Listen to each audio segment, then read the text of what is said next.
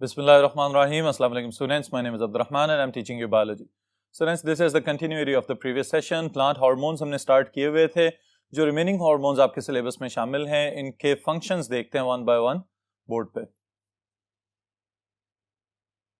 जी students, previously हमने जो दो hormones technically observe किए और उनके functions study किए, they were the auxins and the gibberellins. All right. जो रिमेनिंग हार्मोन्स यहाँ पे शामिल हैं आपके सिलेबस में, इनको हम देख रहे हैं one by one. The first one that we are going to study is cytokinins.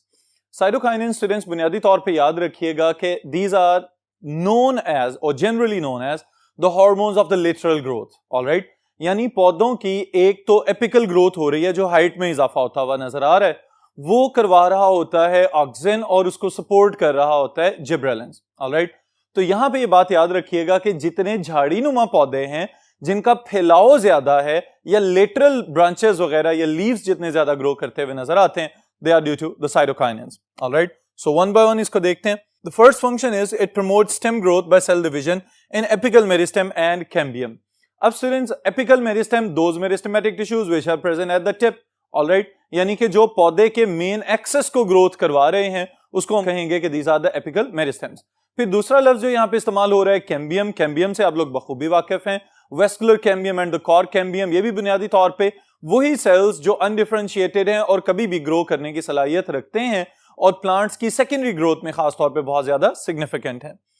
Inhibit primary root growth. अब ये वाला पॉइंट भी समझने से ताल्लुक रखता है कि बुनियादी तौर पे जो कुछ रूट्स हम खाते हैं जैसे गाजर और मूलियां वगैरह, उनके अंदर स्टूडेंट्स मेन जो रूट आपको ग्रो करती हुई नजर आती है, जिस हिस्से को हम इस्तेमाल कर रहे हैं, खा रहे हैं, बुनियादी तौर पे that is primary root. Alright, उसके ऊपर जितनी शाखें निकलती हैं फिर उनको हम सेकेंडरी और टर्शरी रूट्स कहते हैं. तो यहां पे ये हार्मोन क्या कर रहा है? Inhibit the primary root growth. इसका मतलब क्या हुआ कि किसी भी जड़ को मेन टैप रूट में कन्वर्ट होने से रोकता है, जबकि उसको एडवेंटिशियस रूट्स या सेकेंडरी रूट्स जितनी भी ग्रो करेंगी, सेकेंडरी, टर्शरी या क्वाटरनरी ब्रांचेस जो निकलेंगी, उसको ये प्रमोट करेगा. Alright, promote lateral root growth and promote bud initiation in leaf growth. ये वही बात दोबारा से आ रही है स्टूडेंट्स यहां पे कि मेन एक्सेस के ऊपर या शाखों के ऊपर जो पत्ते ज्यादा से ज्यादा लगवाने वाला काम है वो भी साइटोकाइनेंस कर रहे हैं यहां पे. प्रमोट फ्रूट ग्रोथ, ये एक इंपॉर्टेंट चीज है कि फलों का लगने वाला काम जो है उसका आगाज बुनियादी तौर पर साइटोकाइनेंस करेंगे. Rarely induce parthenocarpy. Parthenocarpy development of a fruit without fertilization. Auxins और जिब्रेलिन्स तो ये काम कर रहे हैं, लेकिन साइटोकाइनेंस जो है इनका रोल बहुत ही कम है, but still they can induce parthenocarpy. Break bud dormancy. अगर कोई बड अपनी ग्रोथ रोक चुका हुआ है, डॉर्मेंट हो चुका हुआ है, इनएक्टिव हो गया है या मेटाबॉलिकली बहुत स्लो हुआ है, तो उसके ऊपर अगर साइटोकाइनेंस अप्लाई किए जाएंगे, the bud will germinate. Alright, then promote stomata opening. ये हम ऑप्टिमम कंडीशंस की बात कर रहे हैं कि जब कोई भी प्लांट अपने ऑप्टिमाइज्ड एनवायरनमेंट में मौजूद है जहां पे तमाम फेवरेबल कंडीशंस मौजूद होंगी, तो तब साइटोकाइनेंस जो हैं वो गार्ड सेल्स को टर्जेट करके स्टोमेटा को ओपन करवा सकते हैं. देन इस कमर्शियल एप्लीकेशन स्टूडेंट्स इंपॉर्टेंट है आपके लिए. Delay ageing of fresh leaf crops, cabbage and lettuce. यानी कि बुनियादी तौर पे वो पौधे जिनके पत्तों को ज्यादा देर ताजा होना चाहिए या ज्यादा देर ताजा रखा जाता है, तो उन पौधों और उनके पत्तों को बूढ़ा होने से बचाने वाला हार्मोन जो है इट इज साइटोकाइनेन. ऑलराइट, तो बुनियादी तौर पे ये क्या कर रहा है? लीव सेनेसेंस को इनहिबिट कर रहा है ताकि पत्ते ज्यादा जल्दी बूढ़े नहीं होंगे, ज्यादा देर फ्रेश रहेंगे. और ये वाली जो दो क्रॉप्स यहां पे जिनको मेंशन किया जा रहा है, बंद गोभी और उसके बाद सलाद के जो पत्ते होते हैं, ये बुनियादी तौर पे ताजे ही हों तो ज्यादा अच्छे लगते हैं. Delay senescence and keep flowers fresh. अब ये वाली चीज भी स्टूडेंट्स बहुत इंपॉर्टेंट है, खास तौर पे अगर आपको घर पे फूल रखने का या किचन गार्डनिंग वगैरह का या इंडोर फ्लावर प्रोड्यूसिंग प्लांट्स रखने का शौक है, तो आप क्या कर सकते हैं उस सूरत में, अगर फूल अपना टाइम पूरा कर चुके हैं तो फौरी तौर पे आपने देखा होगा उनकी पेटल्स वगैरह गिर जाती हैं. तो अगर आप उस प्रोसेस को डिले करना चाहते हैं तो you may apply cytokinins on them.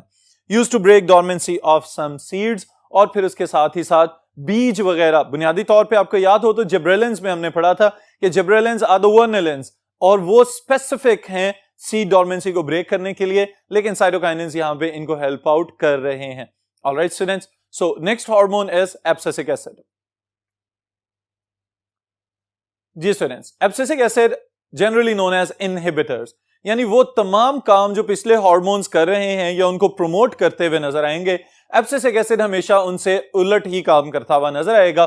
तो इस वजह से इसको हम कहते हैं कि या तो ये डॉर्मेंसी वाला हार्मोन है या फिर इसको हम कहेंगे कि ये इनहिबिशन वाला हार्मोन है। Alright, the first thing inhibits stem and root growth notably during physiological stress, for example drought and water logging. तो बुनियादी तौर पे तो अच्छा काम कर रहा है कि जब भी पौधा किसी स्ट्रेस कंडीशन में जाएगा, यानी कि पानी की अवेलेबिलिटी ना होने के बराबर है, ड्राउट खुश्क साली को कहते हैं, जब पानी इतना भी अवेलेबल ना हो कि पौधे अपने मेटाबॉलिक फंक्शंस को कंटिन्यू कर सकें।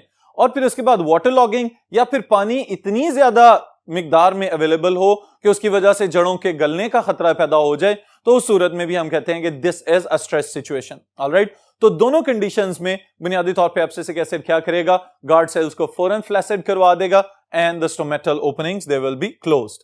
Promotes bud and seed dormancy, यानी कि जो डॉर्मेंसी को तोड़ने वाले हार्मोन्स थे लाइक जिबरेलिन्स एंड साइटोकाइनिन्स, ये उनके अगेंस्ट जा रहा है और डॉर्मेंसी को प्रमोट कर रहा है ताकि हम सीड्स को ज्यादा देर स्टोर कर सकें। एंटागनिस्ट टू जिबरेलिन्स, ये इंपॉर्टेंट चीज है स्टूडेंट्स।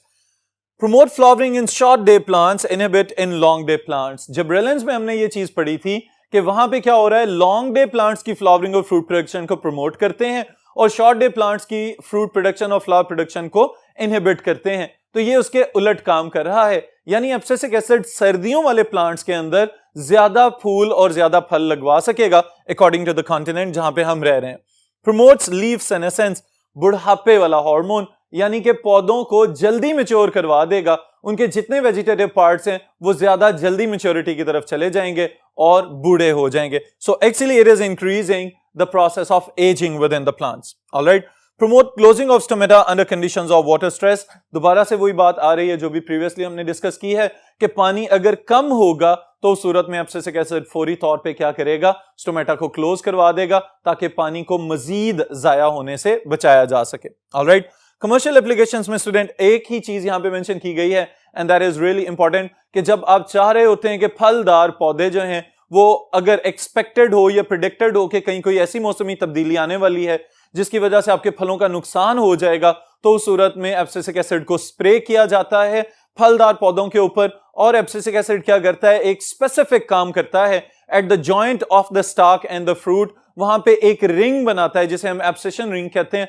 और एब्सिशन रिंग बन जाने की वजह से जो कंटिन्यूअस सप्लाई होती है आगे सैप की और वाटर की और गैसियस एक्सचेंज वगैरह जो लीव्स कर रहे होते हैं, उस प्रोसेस को इनहिबिट कर दिया जाता है। इनहिबिट करने की वजह से fruits and the leaves even they just fall down. तो एब्सिशन रिंग बुनियादी तौर पे स्ट्रेस सिचुएशंस में बनते हैं, या फिर अगर हम खुद से कमर्शियल एप्लीकेशन के पॉइंट ऑफ व्यू से देखें, हम पहले ही गिरने से पहले अगर फलों को खुद गिराना चाह रहे हैं तो हम ये काम करेंगे कि उस पर एब्सिसिक एसिड स्प्रे करेंगे, उसकी वजह से फल गिर जाएंगे और फिर इससे क्या होगा कि वो जो 1 बाय 1 एक एक करके जाके फल उतारने वाली कंडीशन थी या वक्त के जाया होने का खतरा था, उससे बचा जा सकता है। ऑलराइट स्टूडेंट्स, फिर उसके बाद हम डिस्कस करेंगे ethene, the last hormone in your syllabus.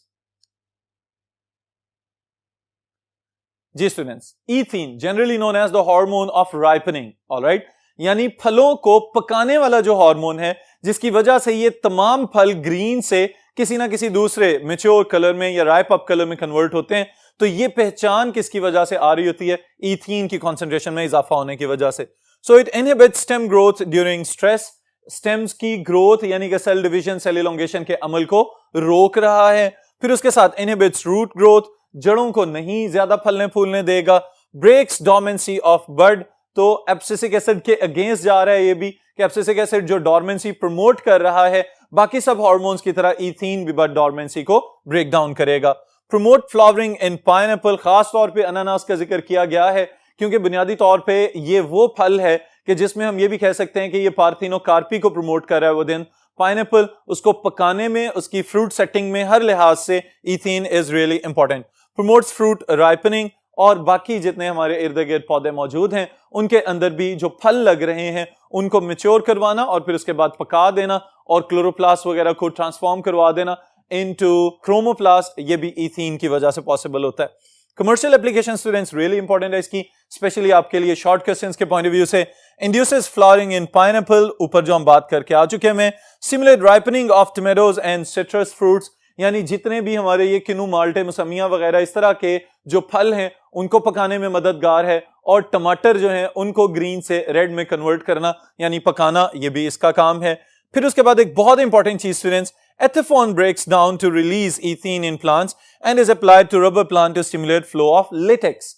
अब ये देखें कि कुछ पौधे हमारे पास ऐसे मौजूद हैं जिनका नाम ही हमने रबर प्लांट रखा हुआ है, ऑलराइट। अब ये जो जीनस और स्पीशीज वगैरह या फाइकस जनरली इसको हम कहते हैं, जीनस है इसकी, अब इसमें से हम रबर निकालने की सलाहियत रखते हैं। वो किस तरह से कि इन दरख्तों के जो मेन स्टेम्स हैं उनको एक खास एंगल पे कट लगाया जाता है, और कट लगाने के बाद एथेफॉन अप्लाई कर दिया जाता है। एथेफॉन जो है वो टूट के इथीन रिलीज करता है, और उसकी वजह से वो जो व्हाइट कलर का मिल्की सैप उस स्टेम में से निकलना होता है, उसके फ्लो की स्पीड बढ़ जाती है, जिसे बाद में फिर हम बहुत सारे रबर के प्रोडक्ट्स बना लेते हैं। Alright students, so this is all about the hormones. Commercial importance specially important है आपके लिए शॉर्ट क्वेश्चंस के पॉइंट ऑफ व्यू से, फ्रॉम ऑक्सेन्स टू इथीन, और बाकी सारे फंक्शंस आप याद करेंगे लॉन्ग क्वेश्चंस के लिए। फिर इंशाल्लाह नेक्स्ट सेशन में नेक्स्ट टॉपिक के साथ मुलाकात होगी।